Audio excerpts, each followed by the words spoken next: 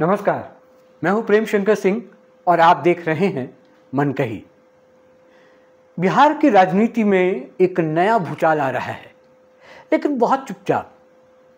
न कोई press conference, न कोई स्टिंग ऑपरेशन, न ही कोई बड़ा खुलासा। लेकिन जो हो रहा है वो बहुत बड़ा है और उसका नाम है तेज प्रताप यादव। आज इस वीडियो में हम बात करेंगे एक ऐसे नेता की जो कभी मजाक बन चुका था, लेकिन आज वो एक सोच समझकर खेले जा रहे राजनीतिक शतरंज का खिलाड़ी बन गया है। तेज प्रताप। तेज प्रताप अब सिर्फ तेजस्वी के बड़े भाई नहीं हैं, बल्कि आने वाले समय में तेजस्वी की सबसे बड़ी चुनौती बनने जा रहे हैं। कैसे, क्यों, कब और किसके साथ? चलिए वो बात बताते हैं जो अब तक किसी ने नहीं सोची। तेज प्रताप, क्या ये नया अवतार है? तेज प्रताप वही जो पहले भगवान शिव बनकर आते थे, जो प्रेस वालों को भूत प्रेत बताते थे, जो भाषण में गायब और ट्विटर पर सक्रिय रहते थे। आज वही तेज प्रताप यादव बदले बदले क्यों नजर आ रहे हैं? अब न कोई विवादित बयान, न किसी रिपोर्टर को गाली गलौज, न ही कोई पागलपन वाला वेशभूषा, बल्कि अब प्रेस में संयमित इंटरव्यू देते हैं, शब्दों में रणनीति बनाते हैं और सबसे बड़ी बात, तेजस्वी पर इशारों में हमला करते हैं, डायरेक्ट कुछ नहीं। यह बदलाव कोई आकस्मिक नहीं है, यह एक राजनीतिक रूपांतरण है। टीम तेज प्रताप क्या है? बगावत है या प्लान बी है? आपने सुना होगा, तेज प्रताप ने हाल में कहा, टीम तेज प्रताप अब पार्टी बन चुकी है, लगभग करीब करीब, बस नाम देना बाकी है। दोस्तों, यह महज शौकिया बयान नहीं था, यह एक ऐलान जंग था। मतलब उन्होंने अपने लिए अलग कार्यकर्ता वर्ग तैयार कर लिया है जो सिर्फ तेज प्रताप के लिए काम करेगी। एक ऐसी टीम उन्होंने बना ली है। कैसे? उनके पास सोशल मीडिया टीम है, यूथ आउटरीच है और जमीनी संपर्क साधने का साधन भी है। अब बस बचा है नाम, झंडा और चुनाव चिन्ह पार्टी बनकर तैयार। जिस दिन ये तीन चीजें सामने आ गई, समझिए आरजेडी का महाभारत शुरू हो जाएगा। अब बात करते हैं, क्या ये तेजस्वी बनाम तेज प्रताप होने वाला है? और होगा तो क्या राम और भरत की बात नहीं होगी? कुरुक्षेत्र बनेगा। एक समय था जब लालू यादव खुद कहते थे, तेजस्वी मेरा अर्जुन है, लेकिन तेज प्रताप मेरा कृष्ण है। पर अब दोनों के बीच का रिश्ता अर्जुन और कृष्ण जैसा नहीं है, बल्कि दुर्योधन और भीष्म जैसा हो गया है, जहां एक को सिंहासन चाहिए और दूसरा मौन रहकर सब देख रहा है। तेज प्रताप इस वक्त आरजेडी की अंदरूनी विफलताओं पर चुप हैं, लेकिन सोशल मीडिया पर तेजस्वी समर्थकों को जवाब देते रहते हैं, नाकामी को इशारों में उजागर करते रहते हैं। यानी वो वैकल्पिक नेता की भूमिका में खुद को स्थापित कर रहे हैं। समझिएगा मैं क्या कहना चाह रहा हूं। खैर, आगे बढ़ते हैं। मंदिर की बात करें, गाय की बात करें और हिंदू लालू की अगर हम बात करें, तो उस छवि को बनाने की ये कोशिश कर रहे हैं। तेजस्वी जहां पूरी तरह सेकुलर पिच पर टिके हैं, तेज प्रताप धीरे धीरे नरम हिंदुत्व का कार्ड खेल रहे हैं।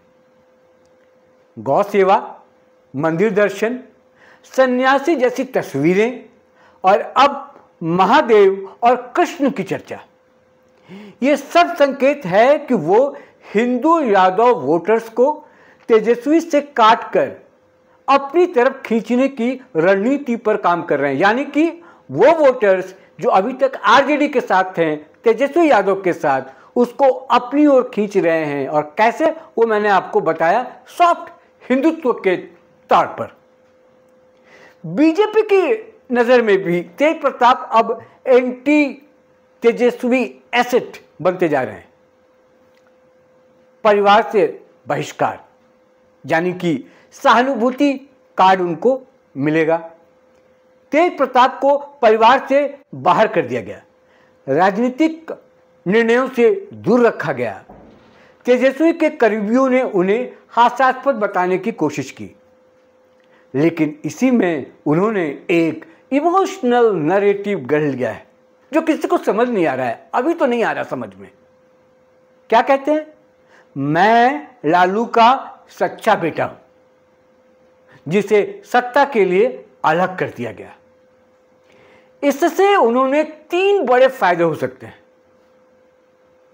पहला, यादव वोटर्स में शोषित बेटा की छवि बनाना कि वो शोषित हैं, उनके साथ अन्याय हुआ। दूसरी बड़ी बात, नीतीश और बीजेपी के लिए सॉफ्ट विरोधी का रोल, यानी कि उनकी नजर में ये हिंदुत्व के पोषक तो माने जाएंगे लेकिन सॉफ्ट।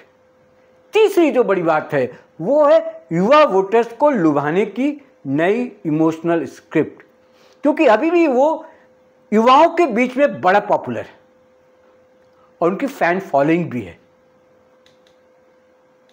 अब ऐसे में सवाल उठता है कि तेज प्रताप की भविष्य की जो रणनीति होगी वो क्या हो सकती है। अब असली सवाल, तेज प्रताप का अगला कदम क्या होगा? नई पार्टी की घोषणा करेंगे? नाम कुछ ऐसा हो सकता है जो लालू की विरासत को जोड़ता हो, क्योंकि लालू और राबड़ी का नाम वो आज भी लेते हैं, बड़ा इज्जत के साथ लेते हैं, सम्मान के साथ लेते हैं। यानी उनके साथ जो गलत हुआ किसी और ने किया, उसमें लालू का रोल, राबड़ी का रोल नहीं है। यात्रा की शुरुआत कर सकते हैं लालू दर्शन के नाम से, या सामाजिक न्याय का पथ यानी कि रास्ता चुन सकते हैं।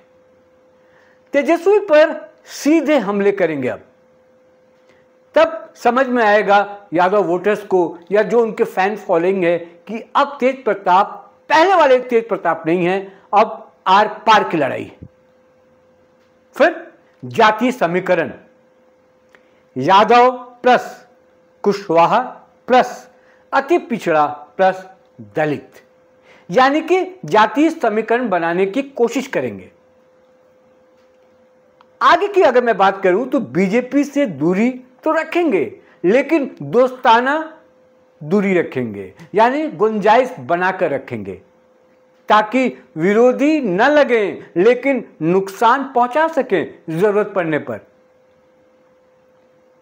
अब इन सब चीजों के बाद, इतनी बातों को रख देने के बाद, जो सबसे बड़ा सवाल निकल कर आता है, जिसके लिए ये पूरा वीडियो मैंने बनाया,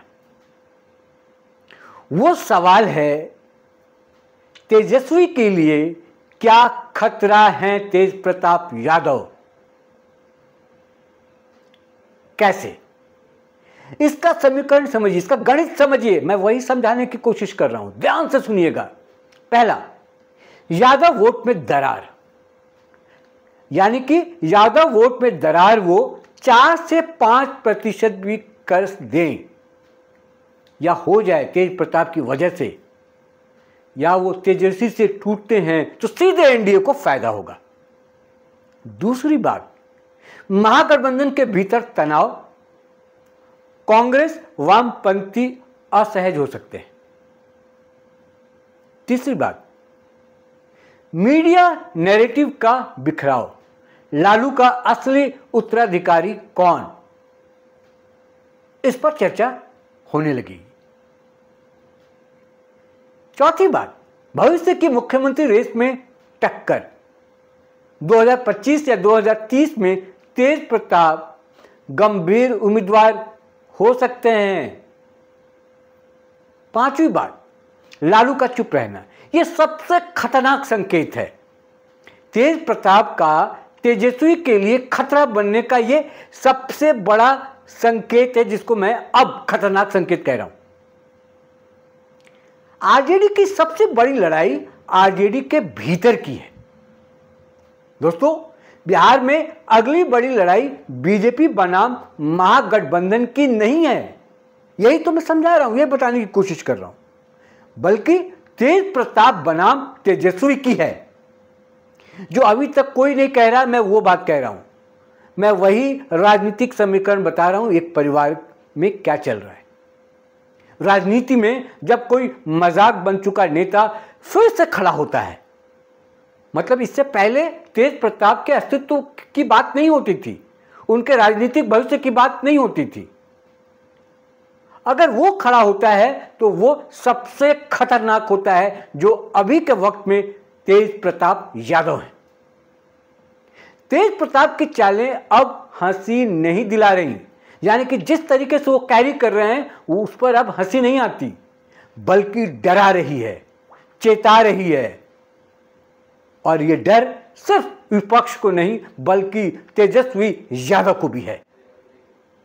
तो क्या तेज प्रताप वाकई आरजेडी को तोड़ने वाले हैं? क्या लालू यादव को उत्तराधिकारी युद्ध अब शुरू हो गया है? आपकी राय क्या है? आप क्या सोचते हैं? कमेंट में लिखिए, वीडियो को लाइक कीजिए, चैनल को सब्सक्राइब कीजिए और इस वीडियो को हर उस बिहारी तक पहुंचाइए जिसे राजनीति में असली खेल देखना पसंद है, जिस खेल की चर्चा मैं थोड़ी देर पहले आपके साथ कर चुका हूं। यह जो मैंने समीकरण समझाया, तेजस्वी बनाम तेज प्रताप, ये जो बिहार की राजनीति में फिलहाल चल रहा है, जो कि साफ साफ अभी कुछ दिखाई नहीं दे रहा है, वो कुछ दिनों के बाद दिखाई देगा। और नहीं तो और, जैसे जैसे चुनाव की तारीख नजदीक आएगी वैसे वैसे परिवार में ये जो कलह है वो और निकल कर सामने आएगी, दिखेगा सबको। और फिर विरासत, लालू जी का विरासत किसके हाथ में होगा ये अभी तय नहीं है, फाइनल नहीं है पूरी तरीके से। भले ही सीएम उम्मीदवार बना दिए हो लालू यादव, लेकिन याद रखिएगा पार्टी की कमान अभी तक उन्हीं के पास है, वरना इस बार के अध्यक्ष पद का जो चुनाव हुआ उसमें वो तेजस्वी यादव को आगे कर सकते थे, लेकिन वो जानते हैं कि राजनीति में कब कौन सा पासा फेंका जाता है, इसलिए सब कुछ अभी तेजस्वी यादव को देना उचित नहीं समझा। यानी खेल अभी बाकी है, पिक्चर अभी बाकी है मेरे दोस्तों, इंतजार कीजिए क्या होता है। आज इस वीडियो में इतना ही, लेकिन फिर किसी दूसरे वीडियो में आपसे मुलाकात होगी। तब तक के लिए मुझे इजाजत दीजिए। नमस्कार।